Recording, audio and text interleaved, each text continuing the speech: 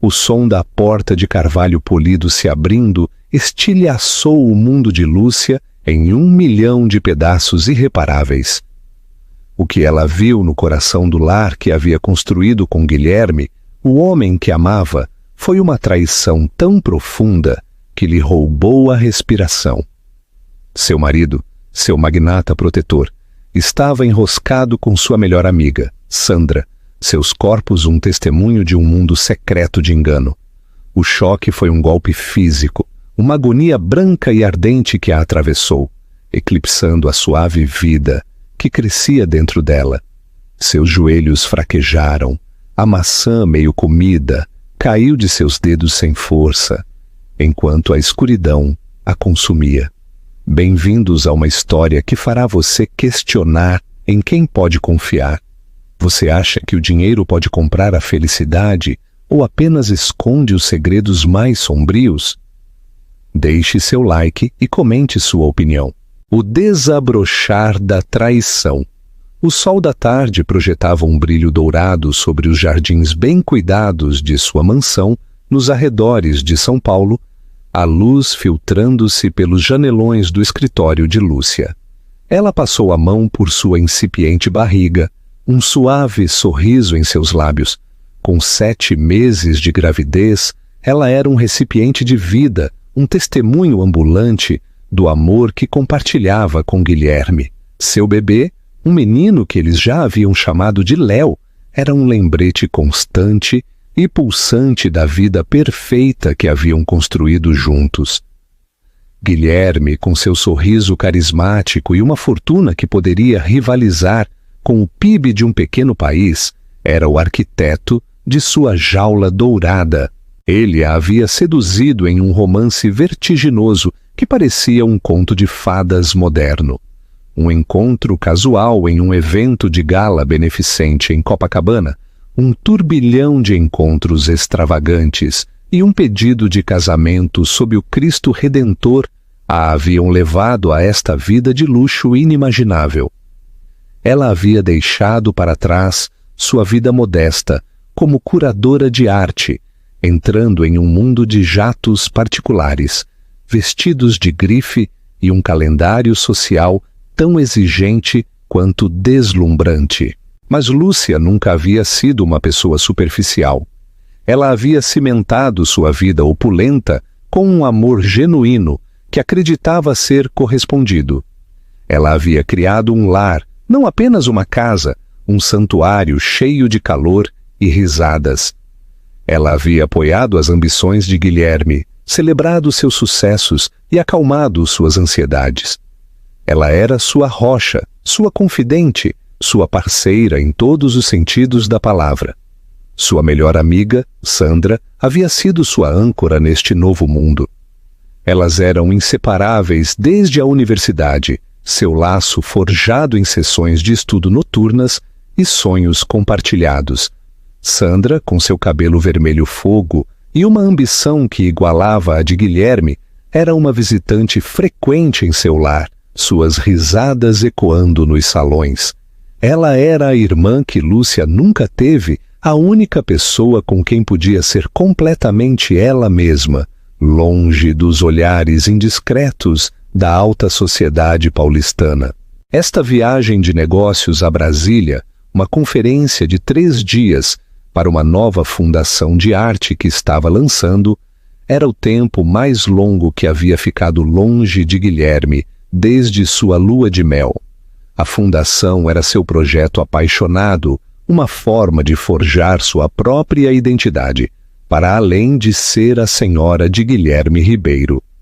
Guilherme a havia apoiado incrivelmente, sua relutância inicial cedendo a uma orgulhosa admiração por sua iniciativa.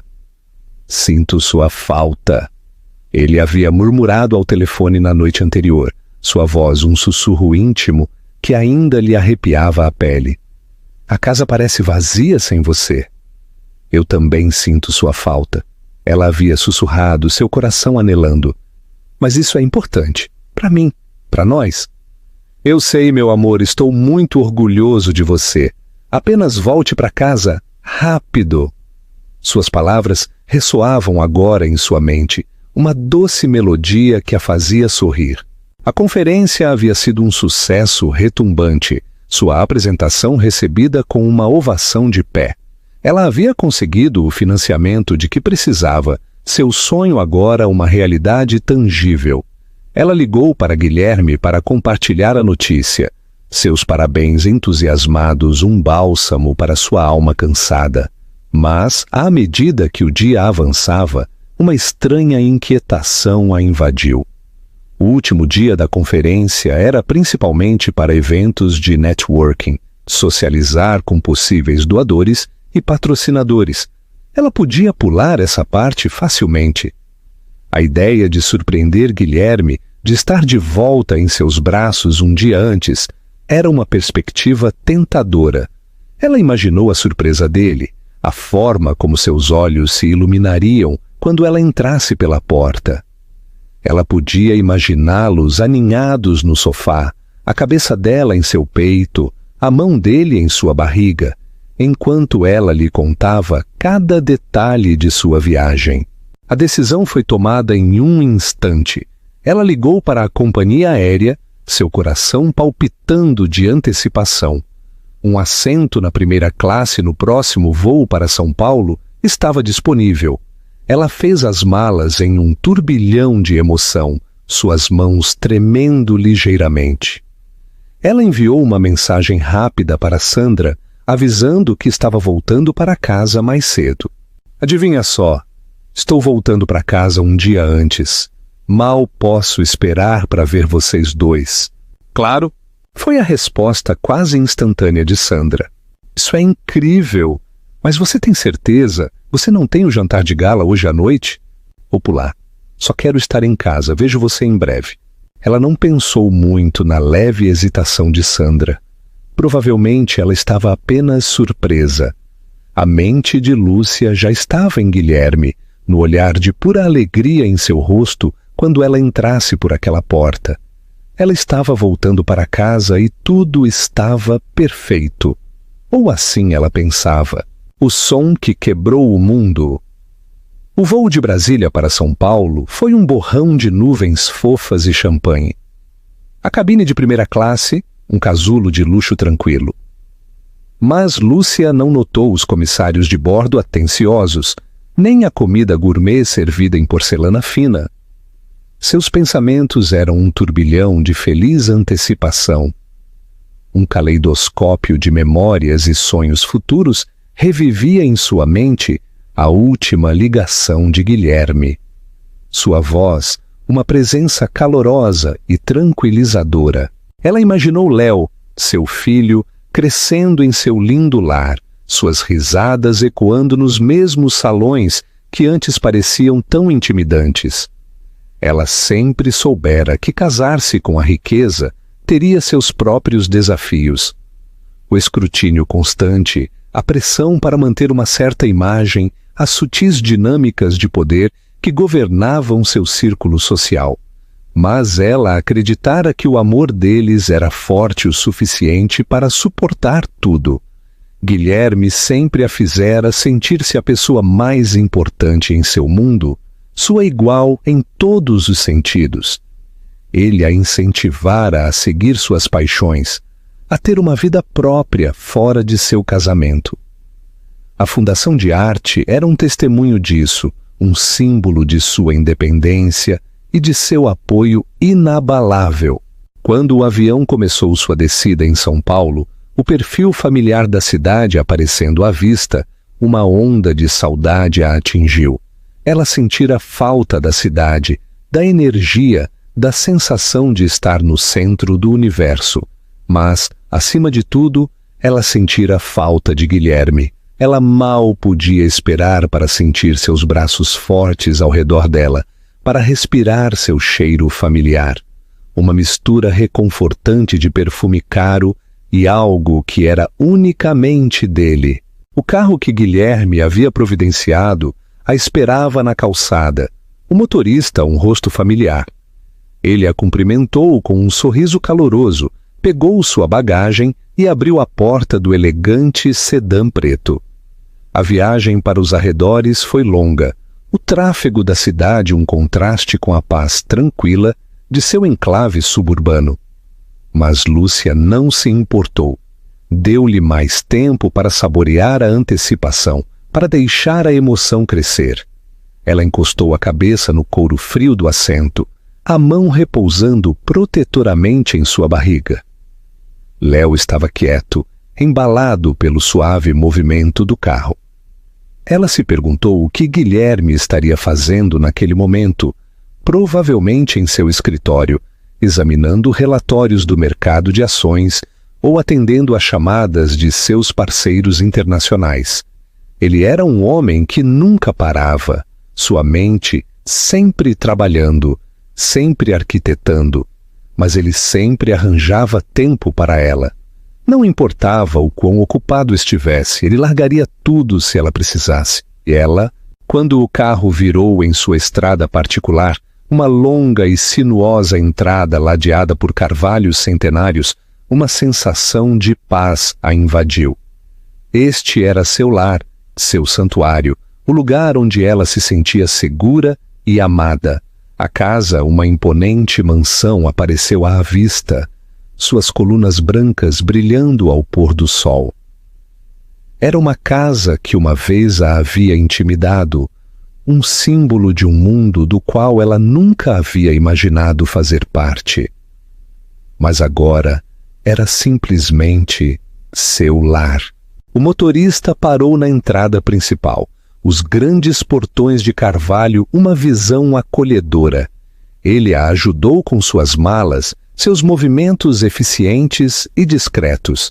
Ela lhe agradeceu, sua voz cheia de um calor genuíno. Ela estava em casa. Ela inseriu a chave na fechadura, seu coração batendo em seu peito. Ela estava prestes a surpreender o amor de sua vida. Ela empurrou a porta com um sorriso largo no rosto, pronta para gritar o nome dele. Mas as palavras morreram em sua garganta. A casa estava em silêncio. Silêncio demais. Havia uma quietude sinistra no ar, um silêncio pesado e inquietante. Um lampejo de apreensão. Uma pequena voz insistente no fundo de sua mente sussurrou que algo estava errado. Ela balançou a cabeça, descartando-o como paranoia induzida pela gravidez. Guilherme provavelmente estava em seu escritório com fones de ouvido, perdido em seu próprio mundo. Ela caminhou na ponta dos pés pelo hall de mármore, seus saltos fazendo um suave clique no chão polido. Ela se dirigiu para a grande escadaria, seus olhos examinando o ambiente familiar. Tudo estava em seu lugar. As flores frescas no vaso da mesa do console. A pintura abstrata que ela havia escolhido pendurada na parede. E ainda assim, a sensação de que algo não estava certo persistia. Quando chegou ao topo das escadas, ela ouviu um som que enviou um arrepio pela sua espinha. Um ranger baixo e rítmico vindo de seu quarto principal. Era um som que ela já tinha ouvido antes. Um som intimamente familiar. Mas foi o outro som, um gemido suave e feminino que fez seu sangue gelar. Era um som que não pertencia a ela. Foi um som que estilhaçou seu mundo em um instante. Era o som da traição. Como você reagiria se seu mundo desmoronasse dessa forma? Você buscaria vingança ou tentaria perdoar? Junte-se à conversa nos comentários. O quadro da traição. O tempo pareceu desacelerar, cada segundo se esticando em uma eternidade. O ranger rítmico do quarto principal, um som que antes fora um símbolo de sua intimidade, agora zombava dela. Um lembrete cruel da vida que ela pensou que tinha. O gemido feminino, um som de prazer que não era o dela. Ressoou no silêncio cavernoso da casa, uma adaga em seu coração. Sua respiração ficou presa em sua garganta, seus pulmões ardendo por um ar que não viria. Suas pernas pareciam chumbo, enraizadas no lugar no topo da grande escadaria. Sua mente disparou, uma caótica mistura de negação e incredulidade. Não podia ser. Era impossível. Tinha que haver uma explicação lógica e racional para os sons que estavam destroçando seu mundo. Talvez fosse a televisão. Guilherme às vezes assistia a filmes na cama, mas o som era muito real, muito cru, muito humano. Talvez fosse um sonho, um pesadelo horrível e vívido provocado pelo estresse da viagem e pela fadiga da gravidez. Mas o mármore frio sob seus pés, o peso de seu filho ainda não nascido, o gosto azedo e acre do medo em sua boca. Tudo era muito real. Uma onda de náusea a atingiu, tão intensa que a deixou tonta. Ela agarrou o corrimão polido, seus nós dos dedos brancos. Ela tinha que ver, tinha que saber, mesmo que a destruísse. Com uma força que não sabia que possuía, ela forçou suas pernas a se moverem. Cada passo, um esforço monumental. Ela caminhou pelo longo corredor acarpetado, o tapete macio amortecendo o som de seus passos. A porta de seu quarto principal estava ligeiramente entreaberta, uma fresta de luz dourada escoando para o corredor escuro. À medida que se aproximava, os sons se tornaram mais altos, mais distintos. O ranger da cama, os suaves gemidos ofegantes, os grunhidos baixos e guturais de um homem perdido na paixão. Era a voz de Guilherme. Não havia dúvida, mas a voz da mulher. Era familiar, estranhamente familiar. Um pavor frio, mais frio do que qualquer coisa que ela já conhecera, se infiltrou em seus ossos. Seu coração batia contra suas costelas, uma batida frenética e desesperada. Ela chegou à porta, sua mão tremendo tão violentamente que mal conseguia agarrar a maçaneta. Ela respirou fundo e trêmula, uma oração silenciosa em seus lábios, uma oração para estar errada, uma oração para que tudo isso fosse um terrível mal-entendido. Ela empurrou a porta. A cena que a recebeu foi um quadro de traição, um pesadelo vivo e respirável que ficaria gravado em sua memória pelo resto de sua vida. O quarto estava banhado no suave e quente brilho dos abajures, a luz iluminando as duas figuras em sua cama. Sua cama, a cama onde eles haviam feito amor, onde haviam sonhado com seu futuro, onde haviam concebido seu filho. Guilherme, seu marido, o homem que ela amava com cada fibra de seu ser, estava sobre uma mulher, seu corpo movendo-se com uma urgência desesperada e animal. A cabeça da mulher estava jogada para trás, seu cabelo vermelho fogo, um contraste marcante com o branco de seus travesseiros. Seus olhos estavam fechados, seus lábios entreabertos em um arquejo silencioso de prazer. Era Sandra, sua melhor amiga, sua irmã, a única pessoa no mundo em quem ela havia confiado implicitamente. O ar foi sugado dos pulmões de Lúcia, um grito silencioso preso em sua garganta. O mundo se inclinou em seu eixo, o quarto girando ao seu redor, os sons do amor deles, a visão de seus corpos entrelaçados, o cheiro de sua traição.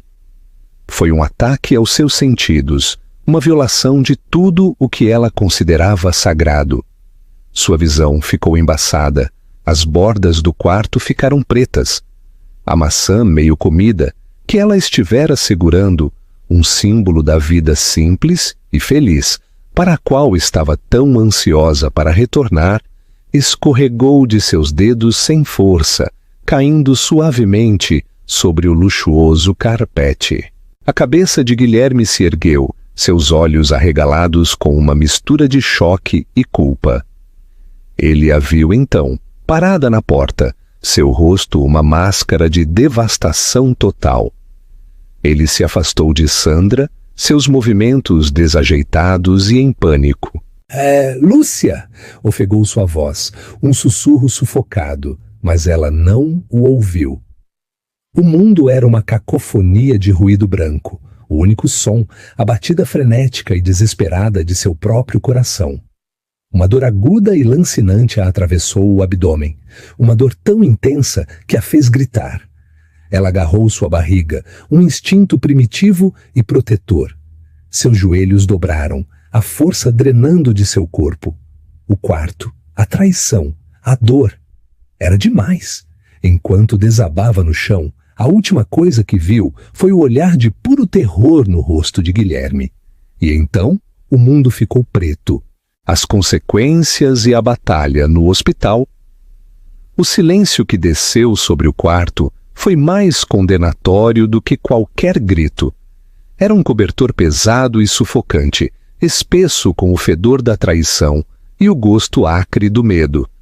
Guilherme, congelado em um estado de paralisia de pânico, olhou para a forma encolhida de Lúcia no chão, sua mente um turbilhão caótico de descrença e auto-recriminação.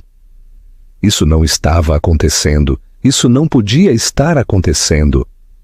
Sandra, seu rosto uma máscara de choque e vergonha, apressou-se a se cobrir com os lençóis de seda, seus movimentos desajeitados e frenéticos.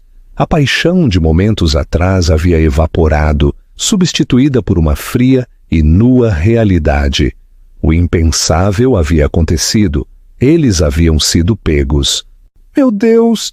sussurrou ela, sua voz tremendo. Ela está bem?" As palavras dela pareciam tirar Guilherme de seu torpor.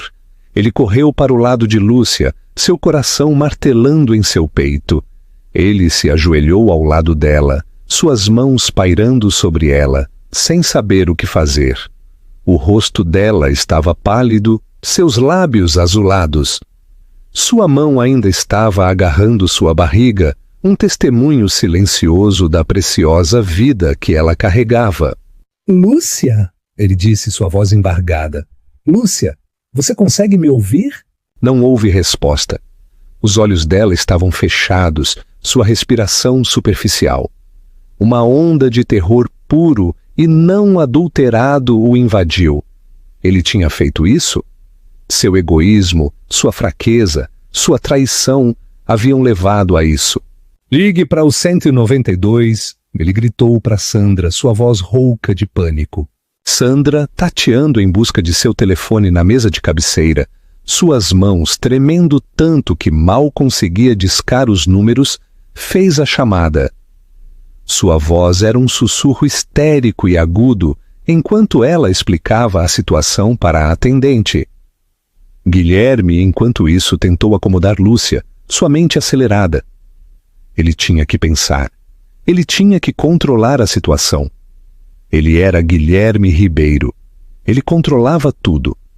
Mas enquanto olhava para sua esposa, sua linda esposa grávida, caída inconsciente no chão, ele soube que esta era uma coisa que ele não podia controlar.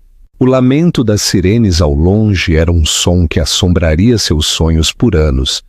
Era o som de sua vida perfeita desmoronando, o som de seu mundo colapsando ao seu redor. Os paramédicos chegaram em um turbilhão de caos controlado. Sua calma, profissionalismo, um contraste gritante com a agitação emocional do quarto.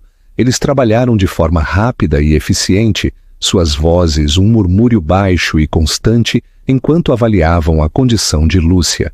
Guilherme observou, impotente e entorpecido, enquanto eles a conectavam a um soro, a prendiam a uma maca e a levavam para fora do quarto. Ele a seguiu pela grande escadaria, seus pés descalços frios no chão de mármore. Ele viu Sandra, envolta em um roupão de seda, seu rosto sulcado de lágrimas, observando do alto das escadas. Ele não conseguia olhar para ela. Ele não podia suportar ver o reflexo de sua própria fraqueza nos olhos dela. Ele viajou na ambulância com Lúcia, sua mão agarrando a dela, sua pele fria e úmida. Ele sussurrou o nome dela repetidamente, um mantra desesperado e quebrado. Ele orou a um Deus em que não tinha certeza de acreditar, prometendo fazer qualquer coisa, desistir de tudo, se ela apenas ficasse bem. O hospital era um borrão de luzes brilhantes e vozes sussurradas. Ele foi relegado à sala de espera, um espaço estéril e impessoal que parecia uma prisão. Ele andava de um lado para o outro, sua mente um tormento implacável de E se eu tivesse... Se ele não tivesse cedido à tentação, se ele tivesse sido mais forte, se ele tivesse sido o homem que Lúcia merecia. Sandra chegou pouco depois, seu rosto pálido e abatido. Ela havia vestido jeans e um suéter, mas ainda parecia uma mulher que acabara de ser pega em flagrante de traição. Ela se sentou ao lado dele, o silêncio entre eles espesso, com acusações não ditas e culpa compartilhada. Como ela está? Eu não sei, ele disse, sua voz baixa e sem emoção. Eles não me dizem nada. Eles ficaram sentados em silêncio pelo que pareceu uma eternidade. O único som, o tic-tac do relógio na parede. Cada tique era um martelar nos nervos já em frangalhos de Guilherme. Ele pensou em Lúcia, na forma como o rosto dela se iluminava quando falava de seu filho. Ele pensou na confiança que ela havia depositado nele, uma confiança que ele havia traído tão descuidada e cruelmente. Um médico finalmente saiu da sala de emergência, seu rosto grave. O coração de Guilherme falhou uma batida. — Senhor Ribeiro! Disse o médico, sua voz suave, mas firme. — Sim, disse Guilherme, sua voz rouca. — Minha esposa está bem? — Sua esposa está estável por enquanto, disse o médico, suas palavras oferecendo uma pequena esperança. Mas ela sofreu um descolamento de placenta grave, provavelmente causado por estresse extremo. Estamos fazendo tudo o que podemos para estancar o sangramento e prevenir um parto prematuro, mas é uma situação muito delicada. As palavras do médico foram um soco no estômago. Descolamento de placenta, parto prematuro. O jargão médico era uma língua estrangeira, mas o significado era terrivelmente claro. Suas ações não apenas haviam partido o coração de sua esposa, mas haviam colocado em perigo a vida de seu filho ainda não nascido. — Posso vê-la? Perguntou ele, sua voz suplicante. — Ela está sendo transferida para um quarto particular na ala de maternidade, disse o médico. — Você pode vê-la lá. Mas, senhor Ribeiro, tenho que ser honesto com você. As próximas 24 horas são críticas para ambos. As palavras do médico pairaram no ar, uma profecia arrepiante do longo e incerto caminho à frente. Guilherme soube naquele momento que sua vida nunca mais seria a mesma. A jaula dourada que ele havia construído com tanto cuidado havia se estilhaçado, e ele estava parado em meio às ruínas. Um rei com uma coroa manchada e um reino de sua própria criação em cinzas. O despertar da guerreira. O quarto privado na ala de maternidade era de um branco estéril e austero, um contraste marcante com as cores quentes e vibrantes de seu lar. O único som era o bip constante e rítmico das máquinas que monitoravam os sinais vitais de Lúcia, um lembrete constante e inquietante do frágil fio que a ligava a ela e ao seu filho, ainda não nascido à vida. Lúcia entrava e saía da consciência, seu mundo um borrão de dor e confusão. A dor física em seu abdômen era uma dor surda e latejante, uma batida constante que espelhava a dor mais profunda e visceral em seu coração. Mas foi a dor emocional, a agonia crua e lancinante da traição que ameaçou consumi-la. A imagem de Guilherme e Sandra, seus corpos entrelaçados em sua cama, estava gravada em sua mente, um loop implacável e torturante que se repetia incessantemente. Toda vez o choque era tão fresco, tão visceral quanto o primeiro.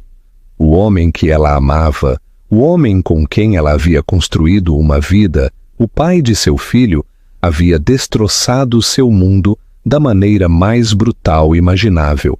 E sua melhor amiga, a mulher em quem ela havia confiado como uma irmã, havia sido sua cúmplice. Ela estava vagamente consciente da presença de Guilherme no quarto, uma figura escura e iminente na periferia de sua visão.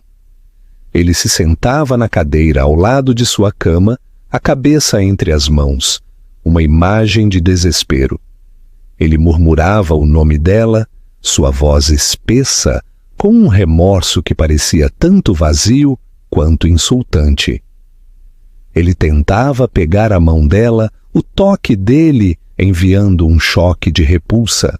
Lúcia, por favor. Ele sussurrava, sua voz uma súplica quebrada. Por favor, apenas me escute. Não é o que parece.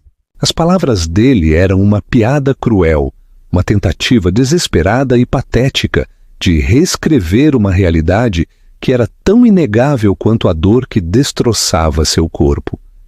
Ela virava a cabeça, seu silêncio uma condenação mais poderosa do que qualquer palavra que ela pudesse pronunciar. Os médicos e enfermeiras eram uma presença constante e tranquilizadora, sua calma profissional uma pequena ilha de estabilidade no turbulento mar de suas emoções. Eles falavam com ela em tons suaves e calmantes, explicando os procedimentos médicos em termos simples e fáceis de entender. Eles estavam monitorando o batimento cardíaco do bebê, dando-lhe medicamentos para interromper as contrações, fazendo tudo o que podiam para manter Léo seguro. O pensamento de seu filho, seu inocente filho ainda não nascido, era a única coisa que a impedia de sucumbir completamente à escuridão. Era uma pequena vida que se agitava dentro dela, um farol de esperança nos escombros de sua vida. Ela tinha que ser forte por ele. Ela tinha que lutar por ele. Enquanto isso, Guilherme vivia em seu próprio inferno pessoal. O hospital havia se tornado sua prisão. A sala de espera, sua cela. Ele era um homem acostumado a estar no controle, a dobrar o mundo à sua vontade. Mas naquele ambiente estéril e asséptico, ele estava impotente. Ele estava à mercê dos médicos, das enfermeiras, das máquinas que detinham o destino de sua esposa e filho. Ele havia tentado explicar, pedir desculpas, implorar por perdão. Mas o silêncio de Lúcia era um muro que ele não conseguia penetrar. A dor dela era algo palpável, uma presença tangível no quarto que o sufocava. Ele via a repulsa nos olhos dela quando tentava tocá-la, a forma como ela se encolhia ao som de sua voz. Ele era um monstro para ela, um estranho que havia destruído tudo o que ela amava. Ele também havia cometido o erro de tentar gerenciar a situação, seus velhos instintos entrando em ação. Ele havia ligado para seu advogado, sua equipe de relações públicas, sua equipe de segurança. Ele tinha que conter as consequências, proteger sua reputação, seu império. Foi um movimento nascido do desespero, uma tentativa equivocada de recuperar alguma aparência de controle em um mundo que havia fugido completamente dele. Mas foi o movimento errado. Foi um movimento que revelou suas verdadeiras prioridades, seu egoísmo arraigado. Foi um movimento que só serviria para alargar o já cavernoso abismo entre ele e Lúcia. Uma tarde, enquanto Lúcia estava à deriva em um estado de semiconsciência, ela ouviu uma conversa sussurrada entre duas enfermeiras bem do lado de fora de sua porta. "Você pode acreditar nisso?" sussurrou uma delas. "Ele tem advogados aqui e uma equipe de relações públicas. Eles estão tentando manipular a história para que pareça que ela é a instável." "Isso é nojento", disse a outra enfermeira, sua voz cheia de uma justa indignação. "A pobre mulher está aqui lutando por sua vida e a de seu filho. E ele está preocupado com sua imagem pública." As palavras da enfermeira foram um balde de água fria, tirando Lúcia de seu torpor. A névoa da dor e da confusão começou a se dissipar, substituída por uma clareza fria e dura. Guilherme não era apenas um adúltero. Ele era um manipulador, um covarde, um homem que a sacrificaria a ela e a seu filho no altar de seu próprio ego. Um lampejo de algo que ela não sentia desde que havia entrado naquela cena horrível acendeu-se dentro dela. Era uma chama pequena e frágil, mas estava lá. Era raiva, uma raiva pura e justa que queimou os últimos vestígios de seu amor por ele. Ela soube então que não podia nem seria uma vítima nesta história. Ela não permitiria que ele a destruísse. Ela não permitiria que ele a definisse. Ela lutaria por si mesma, por seu filho e pelo futuro que ela construiria sobre as cinzas de seu passado despedaçado. O acerto de contas estava apenas começando. A declaração de guerra. O quarto do hospital, antes um santuário de cura tranquila, transformou-se em um centro de comando estratégico. Guilherme, impulsionado por uma necessidade desesperada de controlar a narrativa, havia liberado seu exército de profissionais. Seu advogado, um homem de terno elegante com um sorriso predatório chamado Dr. Arthur Medeiros, tornou-se um visitante frequente. Sua cara maleta de couro, um símbolo do poder e da influência que Guilherme exercia. Sua equipe de relações públicas, um grupo de especialistas, trabalhava incansavelmente para elaborar uma história que protegeria a marca Ribeiro. Eles tentaram isolar Lúcia, controlar o fluxo de informações. Eles interceptaram suas chamadas, revistaram seus visitantes e monitoraram cada movimento dela. Eles eram educados, profissionais e absolutamente impiedosos. Eles eram os guardiões de sua jaula dourada e estavam determinados a mantê-la trancada, mas subestimaram Lúcia.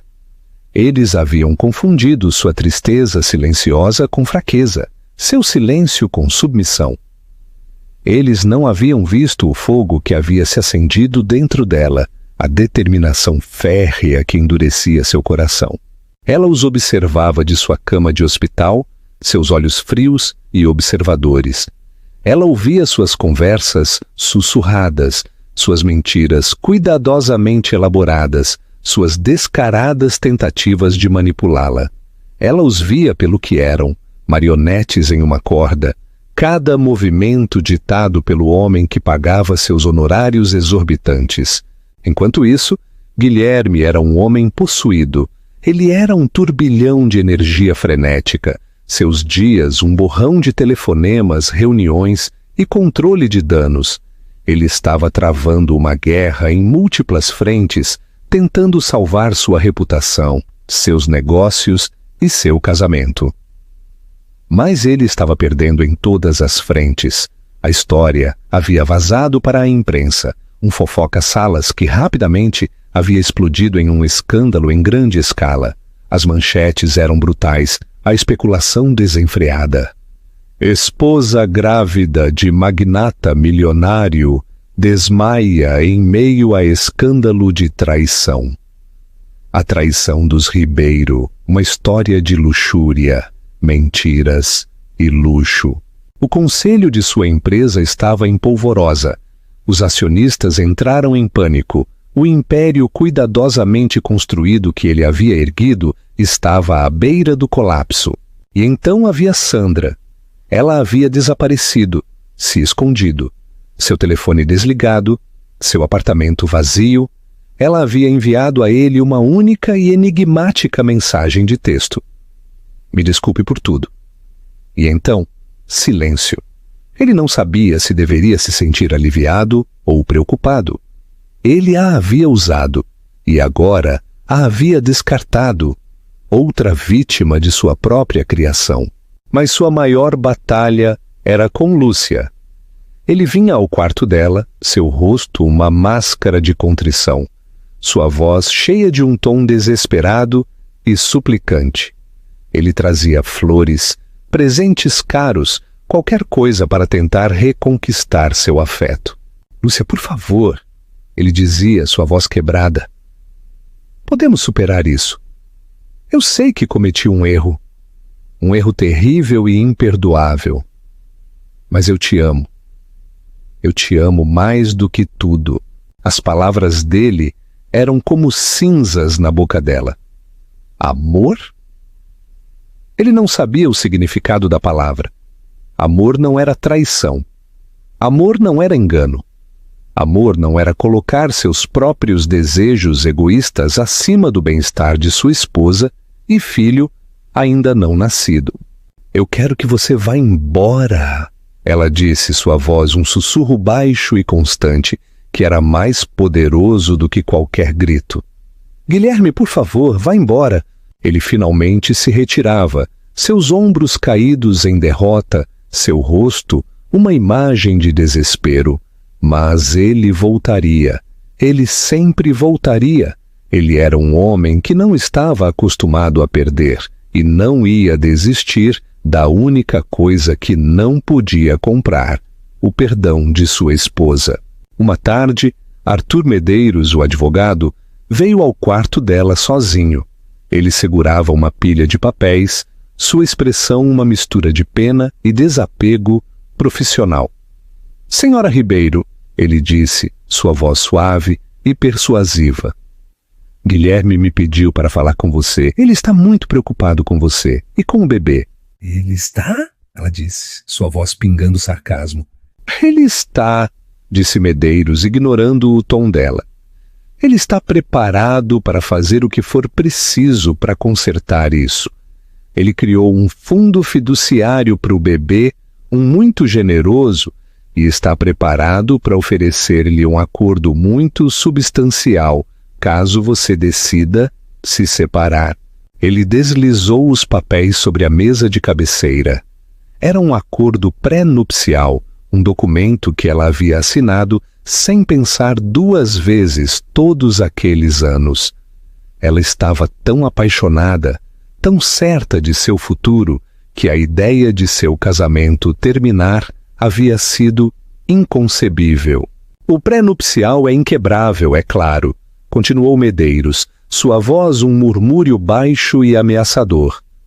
Mas Guilherme está preparado para ser generoso, muito mais generoso do que é legalmente obrigado a ser. Tudo o que ele pede é sua discrição, uma separação tranquila e amigável, sem um divórcio público e bagunçado, sem lavar roupa suja. Era uma ameaça embrulhada na aparência de uma oferta generosa. Ele estava tentando comprar seu silêncio, de colocar um preço em sua dor. A audácia, a pura e não adulterada arrogância, tirou-lhe o fôlego. Ela olhou para os papéis, a tinta preta que soletrava os termos de sua rendição. E então ela olhou para Medeiros, para seu rosto autoconfiante. E ela riu, uma risada fria e amarga que não tinha humor. O senhor pode dizer ao meu marido, disse sua voz ressoando com uma força recém-descoberta, que ele pode pegar a oferta generosa dele e o pré-nupcial inquebrável e enfiar onde o sol não bate. Isso ainda não acabou, nem de longe. O sorriso de Medeiros vacilou, um lampejo de surpresa em seus olhos frios e calculistas. Ele a havia subestimado. Todos eles haviam. A jaula dourada havia se tornado um campo de batalha, e Lúcia Ribeiro havia acabado de começar a lutar. A estratégia e a nova aliada. Os dias no hospital se misturaram, um ciclo monótono de máquinas que bipavam, comida insípida e a presença constante e sufocante dos homens contratados de Guilherme. Lúcia se sentia como uma prisioneira em sua própria vida. Cada movimento monitorado, cada palavra examinada.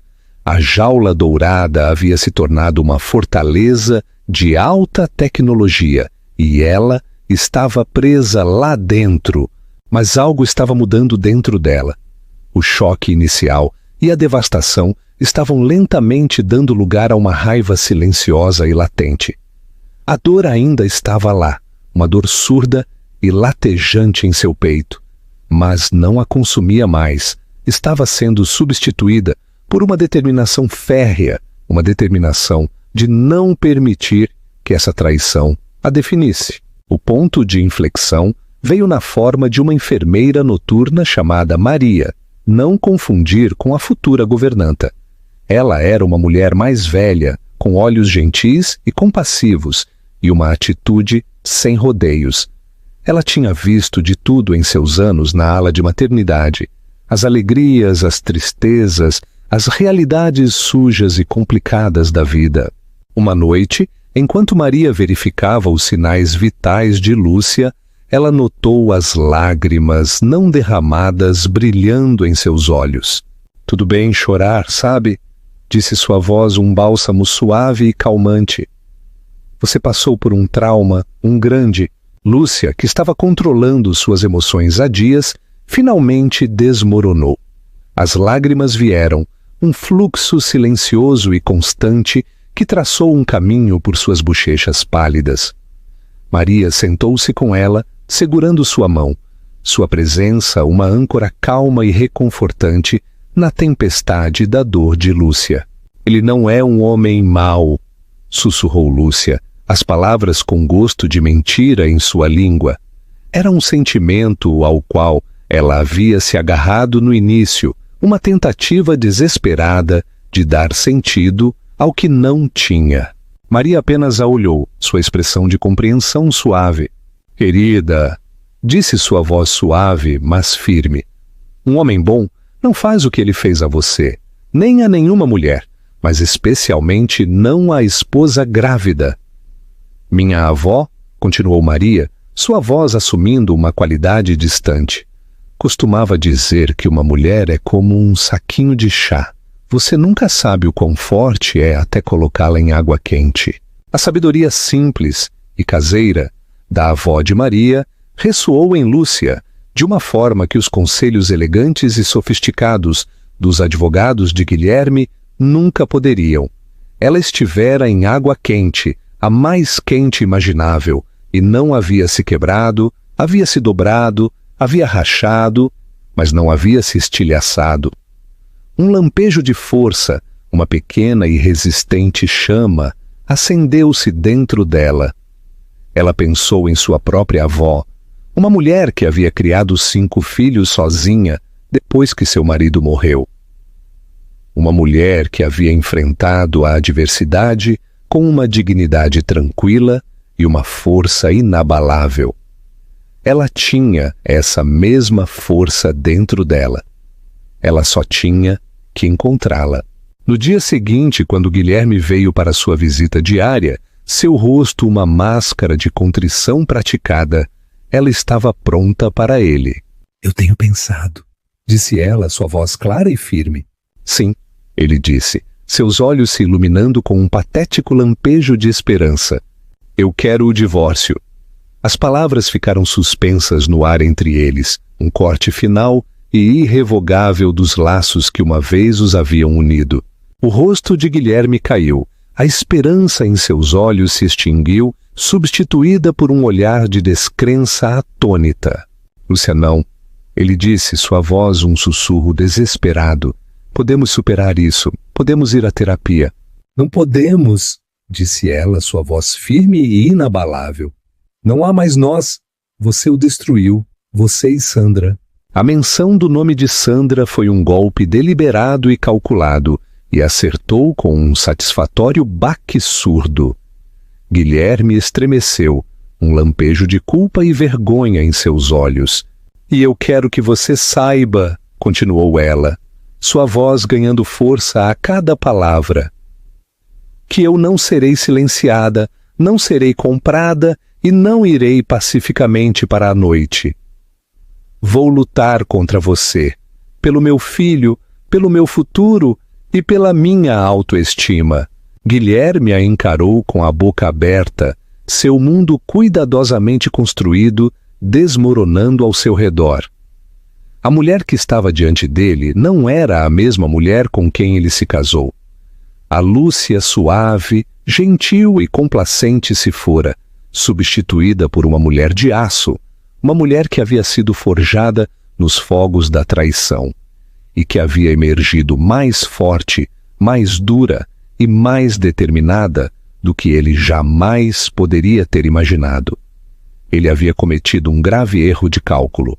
Ele havia pensado que podia controlá-la, manipulá-la, dobrá-la à sua vontade, mas ele só havia conseguido acordar um gigante adormecido. A batalha pelo Império Ribeiro estava prestes a começar, e Lúcia Ribeiro estava vindo atrás de seu trono. A decisão de revidar foi libertadora. Foi uma declaração de independência, uma recuperação de seu poder, uma recusa em ser uma vítima na história de sua própria vida. O medo ainda estava lá, um nó frio e persistente na boca do estômago, mas não a paralisava mais. Era um combustível, um motivador, um lembrete constante do que estava em jogo. Ela sabia que não podia fazer isso sozinha. Guilherme tinha um exército de advogados, um poço sem fundo de recursos e uma rede de amigos poderosos. Ela era apenas uma mulher grávida, com recursos limitados e um conhecimento ainda mais limitado do mundo brutal e impiedoso dos divórcios de alto risco. Mas ela tinha uma coisa que Guilherme não tinha: a verdade. E ela tinha algo mais, algo que ele havia negligenciado tão descuidadamente, tão arrogantemente. Ela tinha um cartão American Express Blackwood, aquele sem limite, que ele havia dado a ela em seu primeiro aniversário, um símbolo de seu amor e confiança, uma confiança que ela estava prestes a trair. Foi um pequeno ato de rebelião, um ato de vingança mesquinho, mas foi um começo. Foi uma forma de nivelar o campo de jogo, de usar as próprias armas dele contra ele. Ela esperou até a noite, quando o hospital estava em silêncio, e o único som era o bip constante das máquinas que monitoravam ela e seu filho. Ela pegou seu telefone, seus dedos tremendo ligeiramente, enquanto digitava o nome da advogada de divórcio mais formidável de São Paulo, Vitória Del Castillo. Vitória Del Castillo era uma lenda, uma predadora em um terno Chanel, uma mulher que havia derrubado alguns dos homens mais poderosos do país. Ela era cara, era implacável, e era exatamente o que Lúcia precisava. Ela enviou um e-mail simples e enigmático. Preciso da sua ajuda. Sou a esposa de Guilherme Ribeiro. A resposta veio em minutos. Estou a caminho, Vitória Del Castillo. Ela chegou ao hospital na manhã seguinte, um turbilhão de perfume caro e uma determinação férrea. Ela era uma mulher que exigia atenção. Sua presença preenchia o pequeno e estéril quarto, com uma energia que era ao mesmo tempo intimidante e tranquilizadora. Ela ouviu atentamente enquanto Lúcia contava sua história. Sua expressão, uma mistura de desapego profissional e um lampejo de genuína empatia. Ela não interrompeu, não julgou, apenas ouviu. Quando Lúcia terminou, sua voz rouca de emoção, Vitória Del Castillo, assentiu lentamente. Ele é um monstro, disse. Sua voz um ronronar baixo e perigoso. Mas é um monstro rico, e isso o torna perigoso. Eu sei, disse Lúcia. Sua voz mal um sussurro. Mas eu tenho que lutar contra ele, pelo meu filho. E você vai, disse Vitória, sua voz ressoando com uma confiança que era contagiante. Nós vamos atingi-lo onde mais dói, em sua carteira, em sua reputação, em seu ego. Ela abriu sua maleta e puxou uma pilha de papéis. Este é um acordo de retenção, disse sua voz séria. Meus honorários são substanciais, mas eu tenho a sensação de que você pode pagar. Ela apontou para o cartão American Express Blackwood na mesa de cabeceira de Lúcia. Um sorriso lento se espalhou pelo rosto de Lúcia. Foi o primeiro sorriso genuíno que ela conseguira em dias. Eu acho que você está certa, disse sua voz cheia de uma força recém-descoberta. Ela assinou os papéis, sua assinatura, um rabisco ousado e desafiador. Foi uma declaração de guerra. O primeiro tiro havia sido disparado. A notícia do envolvimento de Vitória del Castilho causou um alvoroço no acampamento de Guilherme. Arthur Medeiros, seu advogado presunçoso e autoconfiante, estava de repente na defensiva, seu sorriso predatório substituído por um olhar de genuína preocupação. "Isso é ruim, Guilherme", disse sua voz grave. "Vitória del Castilho é uma assassina. Ela vai te destruir no tribunal. Ela vai atrás de tudo, seus negócios, seus bens, sua reputação." Guilherme, que estava tão certo de sua capacidade de controlar a situação, sentiu um lampejo de medo. Ele havia subestimado Lúcia. Ele havia subestimado sua força, sua determinação, sua capacidade de vingança. Ele tentou contatá-la, argumentar com ela, apelar para seu senso de compaixão. Mas ela era uma fortaleza, seus muros impenetráveis. Ela recusou suas ligações, devolveu seus presentes, mandou suas flores de volta para a floricultura. As linhas de batalha haviam sido traçadas, a jaula dourada havia se tornado uma zona de guerra, e Guilherme Ribeiro, o rei de seu próprio império, estava prestes a descobrir como era ser sitiado. A mulher que ele havia descartado tão descuidadamente, tão cruelmente, estava vindo atrás dele. E ela estava armada com a verdade, uma advogada formidável e um cartão de crédito ilimitado. O jogo havia mudado e ele estava perdendo.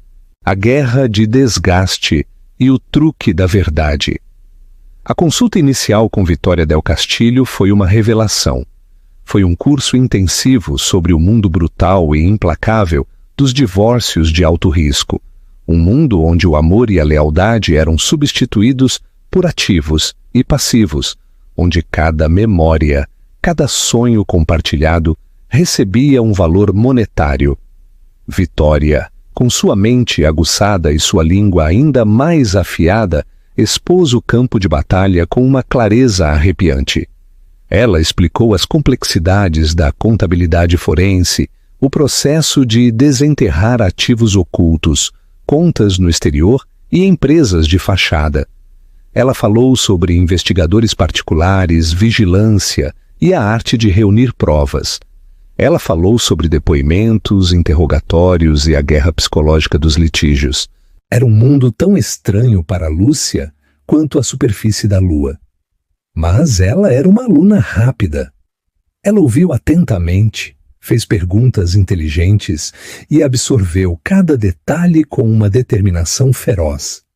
Ela não era mais apenas uma esposa traída. Ela era uma soldada, preparando-se para a batalha. A primeira saraivada foi um pedido de descoberta, um documento legal que exigia uma contabilidade completa e total do império financeiro de Guilherme.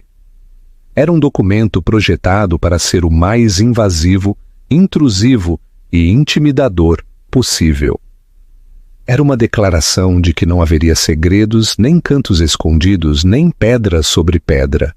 A resposta de Guilherme, orquestrada por seu advogado Arthur Medeiros, foi uma aula magistral de ofuscação e protelação. Eles produziram montanhas de papelada, uma tentativa deliberada de sobrecarregar e confundir. Eles reivindicaram privilégio advogado-cliente, argumentaram ordens de proteção, usaram todas as brechas legais e truques processuais do livro para evitar a transparência. Foi uma guerra de desgaste, uma batalha de vontades travada nas trincheiras estéreis e impessoais do sistema legal. Os dias eram longos, as noites ainda mais longas. Lúcia, ainda se recuperando de seu trauma físico e emocional, passava seus dias examinando demonstrativos financeiros, extratos bancários e documentos legais. Seu quarto de hospital, transformado em uma sala de guerra improvisada. O estresse era imenso, a pressão implacável. Mas ela não estava sozinha. Vitória del Castilho era sua general, sua estrategista, sua confidente. Ela era uma fonte constante de força e apoio, sua crença inabalável no caso de Lúcia, um poderoso antídoto contra o medo e a dúvida que às vezes ameaçavam dominá-la. E então havia Léo. Seu filho ainda não nascido era sua âncora, sua razão para lutar. Toda vez que ela sentia uma agitação de movimento, um chute suave, um pequeno soluço, ela se lembrava do que estava em jogo. Ela não estava apenas lutando por si mesma, ela estava lutando pelo futuro dele, pela segurança dele, pelo direito dele a uma vida livre do legado tóxico da traição de seu pai. A guerra psicológica entre Lúcia e Guilherme se intensificou. Ele lhe enviava mensagens, seu tom mudando de suplicante para ameaçador, de arrependido para manipulador. Ele tentaria manipulá-la, fazê-la duvidar de sua própria sanidade, pintá-la como uma mulher instável e vingativa. Você está nos destruindo, Lúcia, ele escreveu em um e-mail particularmente virulento. Você está destruindo nossa família. Por quê? Vingança? Dinheiro? É só isso que importa para você? Suas palavras eram uma tentativa cruel e calculada de feri-la, de minar sua determinação. Mas tiveram o efeito oposto. Elas apenas serviram para fortalecer sua determinação, para alimentar sua raiva, para lembrá-la do tipo de homem contra o qual ela estava lutando. Ela respondeu com uma única e devastadora frase. Uma frase que era tanto uma manobra legal quanto uma declaração pessoal de guerra. Eu me reservo o direito da quinta emenda contra a autoincriminação, ela escreveu. Uma frase sugerida por Vitória del Castillo. Era uma frase projetada para ser tão exasperante quanto legalmente sólida. Era uma frase que dizia: eu não serei intimidada, não serei silenciada e não vou jogar seus jogos. A guerra estava longe de terminar. As trincheiras eram profundas, a batalha era sangrenta e o resultado estava longe de ser certo. Mas Lúcia Ribeiro não era mais uma vítima da guerra. Ela era uma guerreira e estava lutando para vencer. As máscaras caem. A anatomia da traição. A batalha legal foi uma guerra de desgaste, um processo lento e exaustivo de descoberta e depoimento. Mas também foi uma jornada ao coração da escuridão, uma descida ao mundo distorcido e tóxico do romance de Guilherme e Sandra. Através do trabalho meticuloso dos investigadores particulares de Vitória del Castillo, um quadro começou a emergir, um quadro que era muito mais sinistro, muito mais calculado do que Lúcia poderia ter imaginado. Isso não foi um erro espontâneo, um lapso momentâneo de julgamento. Foi uma traição premeditada e de longo prazo, uma vida secreta que vinha acontecendo por meses, bem debaixo de seu nariz, em sua própria casa. Os investigadores descobriram uma trilha de faturas secretas de cartão de crédito, recibos de hotel e encontros clandestinos. Eles encontraram e-mails, mensagens de texto e postagens em mídias sociais que pintavam um quadro doentio e doce de um romance tão apaixonado quanto enganoso. Eles tinham uma linguagem secreta, um conjunto de piadas internas, uma história compartilhada que excluía Lúcia, que zombava dela, que zombava de seu casamento. Eles se chamavam GGIS, um código infantil e clandestino que era ao mesmo tempo patético e exasperante. Eles tinham apelidos um para o outro, pontos de encontro secretos, um mundo inteiro que foi construído sobre uma base de mentiras. A evidência mais condenatória veio de um depoimento de uma ex-governanta, uma mulher chamada Maria, a governanta original, não a enfermeira. Uma mulher que havia sido demitida por Guilherme por razões que agora estavam se tornando terrivelmente claras. A governanta os tinha visto juntos. Ela tinha visto os olhares demorados, os toques roubados, os sorrisos secretos. Ela tinha visto o carro de Sandra estacionado na entrada quando Lúcia estava fora da cidade. Ela havia encontrado um brinco de mulher, um solitário diamante brilhante no quarto principal.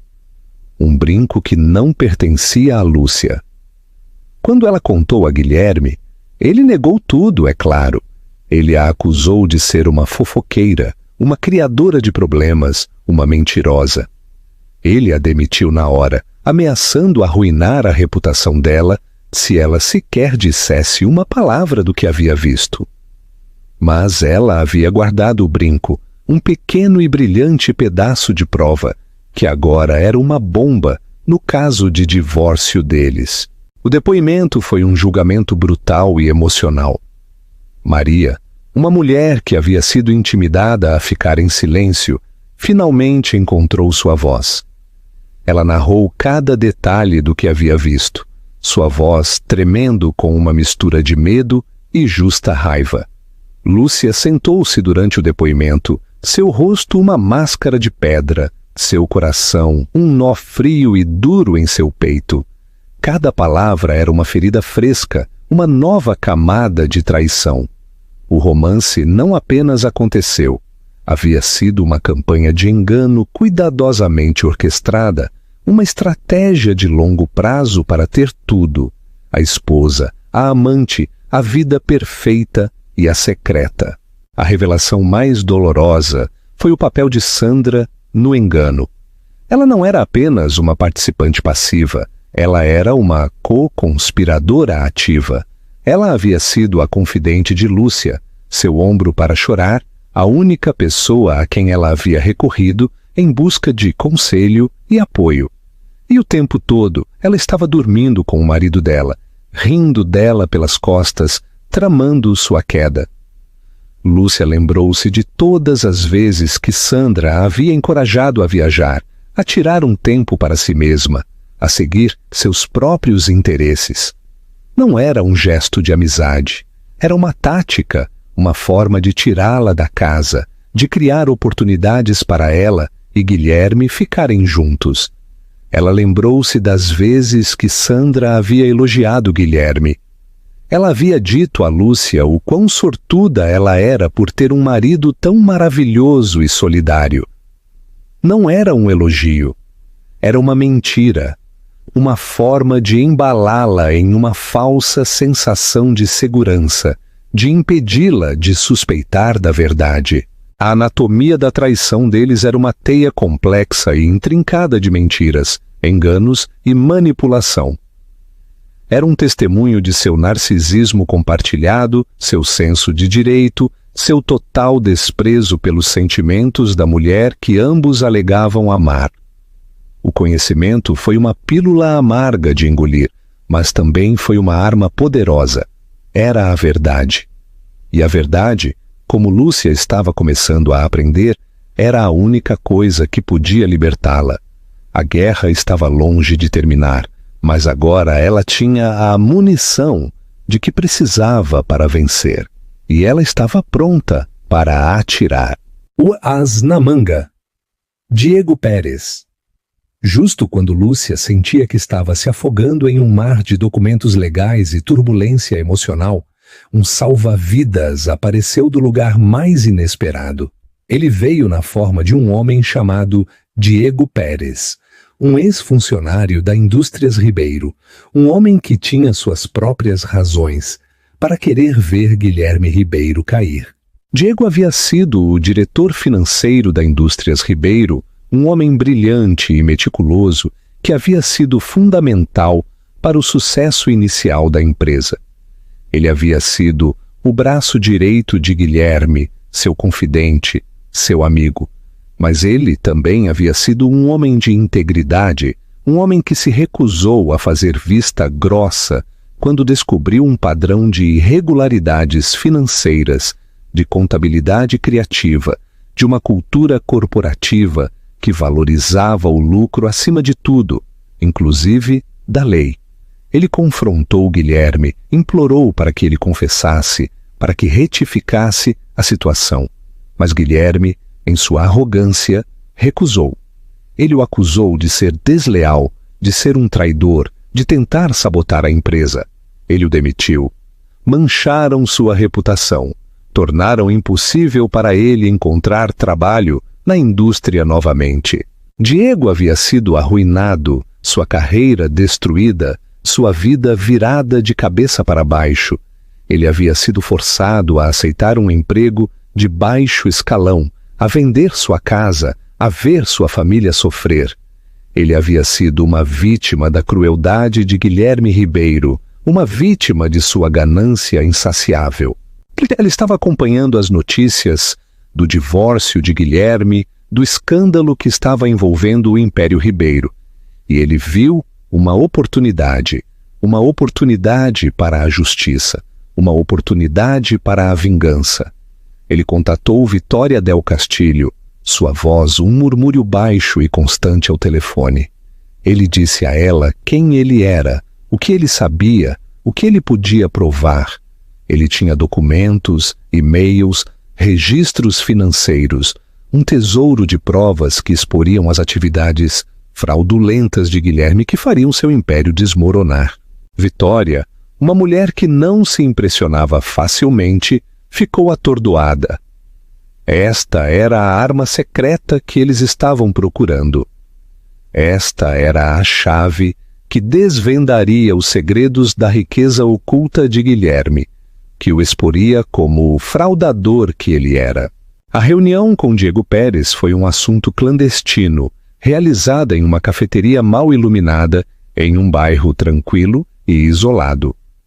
Lúcia, sua barriga agora uma curva proeminente e bonita, ouviu atentamente enquanto Diego narrava sua história, sua voz cheia de uma raiva calma e digna. Ele não era um homem que buscava fama ou fortuna. Ele era um homem que buscava justiça. Ele queria ver Guilherme Ribeiro prestar contas por suas ações, pelas vidas que ele havia arruinado, pelas leis que ele havia quebrado. Ele entregou um pendrive, um pequeno dispositivo de aparência inofensiva que continha uma montanha de informações incriminatórias. Era o fruto de seus anos de meticulosa manutenção de registros, um testemunho de sua integridade e sua visão de futuro. Ele se acha invencível, disse Diego, sua voz um sussurro baixo e perigoso. Ele pensa que está acima da lei. Ele está prestes a descobrir que não está. A informação no pendrive foi um divisor de águas. Era um mapa para o submundo financeiro de Guilherme, um relato detalhado de suas empresas de fachada, suas contas no exterior, seus abrigos fiscais ilegais. Era o suficiente não apenas para vencer o caso de divórcio, mas para mandá-lo para a cadeia. Lúcia sentiu uma onda de gratidão, uma sensação de esperança que ela não sentia há meses. Ela não estava mais lutando nesta batalha sozinha. Ela tinha um aliado poderoso e conhecedor, que estava tão determinado quanto ela a fazer justiça. A guerra estava entrando em sua fase final e decisiva. A maré estava mudando. O caçador estava prestes a se tornar o caçado. E Guilherme Ribeiro, o rei de seu próprio reino corrupto, estava prestes a enfrentar um acerto de contas há muito esperado. O final estava próximo e não seria bonito. O acerto de contas final. O confronto final não foi em um tribunal, mas na sala de conferências estéril e impessoal do escritório de advocacia de Vitória del Castillo. O ar estava espesso de tensão, uma presença palpável e sufocante que era mais intimidadora do que qualquer juiz ou júri. De um lado da longa e polida mesa de mogno estava Lúcia, sua postura ereta, sua expressão uma máscara de calma e determinação férrea. Ao lado dela estava Vitória del Castillo, seu rosto uma imagem de profissionalismo frio e seguro. E ao lado dela estava Diego Pérez, sua presença um testemunho silencioso e poderoso da verdade que estava prestes a ser desencadeada. Do outro lado da mesa estava Guilherme, seu rosto pálido e abatido, seus olhos nervosos se movendo pela sala. Ao lado dele estava seu advogado, Arthur Medeiros, sua presunção habitual substituída por um olhar de sombria resignação. O pendrive, a arma secreta, a chave para a queda de Guilherme, estava deitado no centro da mesa, um objeto pequeno e de aparência inofensiva que tinha o poder de destruir um império. Vitória del Castillo começou o processo, sua voz um ronronar baixo e constante que era mais ameaçador do que qualquer grito. Ela expôs a evidência, peça por peça condenatória, com uma precisão e clareza que foi devastadora. Ela falou dos ativos ocultos, das contas no exterior, das declarações de imposto fraudulentas. Ela falou sobre perjúrio, obstrução da justiça, o padrão de engano que era a marca registrada das práticas de negócios de Guilherme. E então ela jogou seu trunfo. Ela projetou uma série de e-mails na grande tela, no final da sala, e-mails entre Guilherme e seus banqueiros estrangeiros, e-mails que detalhavam suas atividades ilegais em suas próprias palavras, e-mails que eram uma confissão, uma acusação assinada e selada de sua própria autoria. O rosto de Guilherme ficou branco, a cor escoando de suas bochechas. Ele olhou para a tela com a boca aberta, seus olhos arregalados com uma mistura de descrença e terror.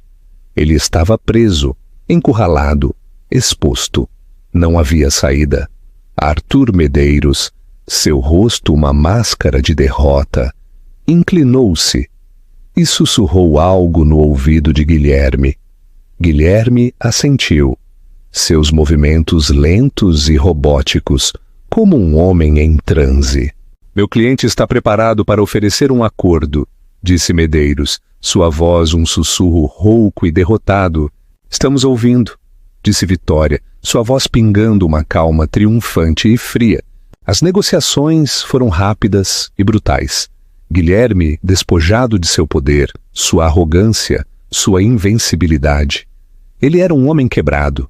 Ele concordou com todos os termos dela, sua voz um murmúrio mal audível. Lúcia ficaria com a casa, uma parte substancial de seus ativos legítimos e uma pensão alimentícia vitalícia que garantiria sua segurança financeira e a de Léo. Ela também obteria a custódia total de seu filho, com Guilherme concedendo apenas direitos de visita supervisionados. Mas não se tratava de dinheiro, tratava-se de justiça. Tratava-se de recuperar sua vida, seu poder, sua autoestima. Tratava-se de garantir que seu filho crescesse em um mundo livre da influência tóxica da traição de seu pai. Enquanto eles assinavam os papéis, uma notícia final e devastadora chegou. O Ministério Público, armado com as informações do pendrive de Diego Pérez, havia lançado uma investigação em larga escala sobre a Indústrias Ribeiro. Mandados haviam sido emitidos, ativos haviam sido congelados, e Guilherme Ribeiro estava prestes a ser indiciado por múltiplas acusações de fraude, evasão fiscal e lavagem de dinheiro. O rei havia caído, o império havia desmoronado, o acerto de contas estava completo. Lúcia saiu do escritório de advocacia, de cabeça erguida. O futuro dela era dela. Ela não era mais a senhora de Guilherme Ribeiro, a esposa de um magnata milionário. Ela era Lúcia, uma mãe, uma sobrevivente, uma guerreira. Ela estivera no inferno e voltara, mas havia emergido mais forte, mais sábia e mais resiliente do que jamais acreditou ser possível. O caminho a seguir não seria fácil, mas ela o enfrentaria com coragem, com dignidade e com o amor incondicional do filho que era seu tudo. A jaula dourada era uma lembrança distante. Finalmente, ela estava livre. O percurso de Lúcia, de uma esposa destroçada a uma guerreira triunfante, é um testemunho da força indomável do espírito humano. Ela enfrentou a traição final, não com vingança, mas com uma dignidade tranquila e uma determinação inabalável de recuperar sua vida. Sua história É um poderoso lembrete de que, mesmo em nossos momentos mais sombrios, temos o poder de ressurgir das cinzas, de escrever nossas próprias narrativas e de emergir mais fortes, mais sábias e mais resilientes do que nunca. É uma história de redenção, de empoderamento e do poder duradouro do amor de uma mãe. Se a história de coragem e resiliência de Lúcia ressoou com você, por favor, deixe o seu gostei neste vídeo. Compartilhe com alguém que precise de um lembrete de sua própria força. Inscreva-se para mais histórias de esperança, cura e o incrível poder do coração humano.